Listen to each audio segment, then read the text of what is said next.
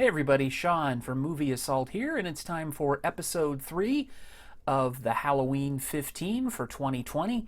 In this episode, we'll take a look at Man's Best Friend from 1993 and The Gallows from 2015. First up, I will review Man's Best Friend, and this is a film starring Ali Sheedy and Lance Henriksen. It was directed by John Lafia, who also wrote and directed Child's Play 3, among other things. And Ali Sheedy plays a reporter named Lori Tanner, and she is made aware of some nefarious animal experiments that are going on at a company called Emax. And these experiments are spearheaded by Dr. Jared. And Dr. Jared is played by Lance Henriksen.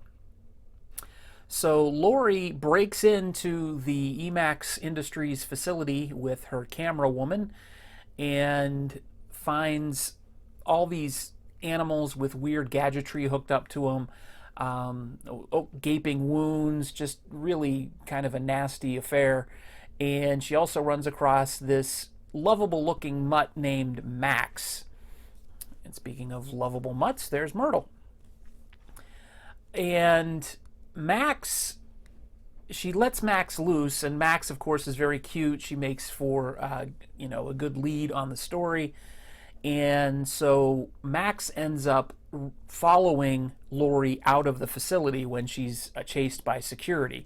And Max hitches a ride with her by jumping into her car. And Lori doesn't know what she's going to do with Max. Her boyfriend does not like dogs or animals at all. But Max ends up saving her from a mugger when she stops at a local grocery store to pick up some groceries, and this endears Max to her, or her to Max, I guess. So she rescued Max. In turn, Max rescued her. So she decides she's going to make the case to her boyfriend Perry that she wants to keep the dog. Meanwhile, Dr. Jarrett goes to the police and pleads with them that they have to help him find Max because Max is a ticking time bomb. Apparently, he was created by DNA splicing. So they've spliced the DNA of bears, tigers, wolverines, even chameleons into this normal-looking dog, but this dog is far from anything normal. And that's basically it. Max, of course, is given many opportunities to showcase that he's more than just your average dog, which means he kills a lot of people.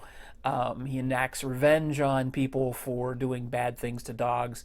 But it's really not clear who you're supposed to root for in this film. It's kind of an odd blend of comedy and horror, and it doesn't do either one very well.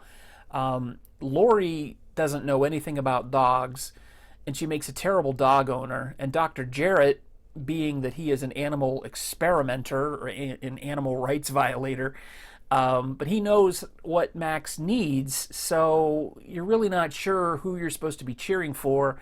And Max, I guess, is marketed as the villain, but he's obviously not, and you're really not sure who you want Max to go with or be with, or do you want him to be with anybody. It's really a hard movie to like.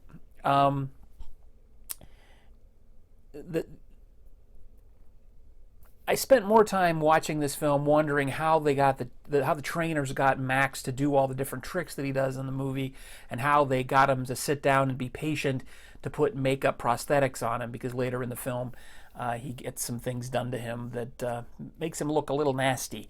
But enjoying this film was probably not one of the things I spent a lot of time doing. So I'll give Man's Best Friend a 2 out of 5. Next up is my review of The Gallows, which came out in 2015. And this was written and directed by Travis Clough and Chris Laughing. I'm not sure how to pronounce either one of their names.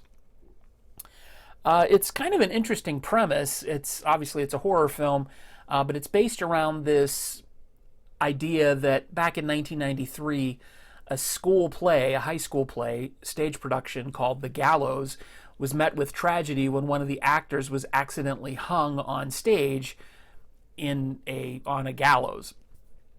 For some stupid reason, in the present day, the school decides to put the play on again, the same production. I don't know if this is supposed to be meant as some sort of tribute to what happened or whatever. It sounds like a really stupid idea. But Reese, this kid Reese, he's a football player, but he quits to join the production because he wants to be next to his crush, Pfeiffer, who is one of the leads in the play, and they get he manages to get the lead in the play, the male lead. She plays the female lead. But he's a terrible actor. So his friend Ryan, who ends up filming the found footage of this entire movie, convinces him that what they should do is break into the school the night before the play is supposed to go on and dismantle the set, break it up so the production can't go on and he won't humiliate himself in front of all of his friends and former football playing buddies because he's such a terrible actor. And of course he goes along with this because the logic in this film is a little off, to say the least. Ryan's girlfriend Cassidy tags along, and the three of them break into the school in the middle of the night, courtesy of a door that won't latch, and they go in and they start to dismantle the set. Well, one by one, someone or something starts picking them off. And, the usual found footage type horror ensues with people being disoriented and not knowing where things are coming from, and shadows and blah blah blah. This is a found footage film. It's been done to death. The Blair Witch Project did it better than anything else. Some other films have tried to capitalize on the popularity of it, like Cloverfield and Apollo 18 and others, and this is an unnecessary entry into the genre. It takes its interesting idea, the whole idea of this sort of haunted school play thing, and really kind of just flushes it down the toilet. It's got grating characters. It's the one guy Ryan. He's talking all the time,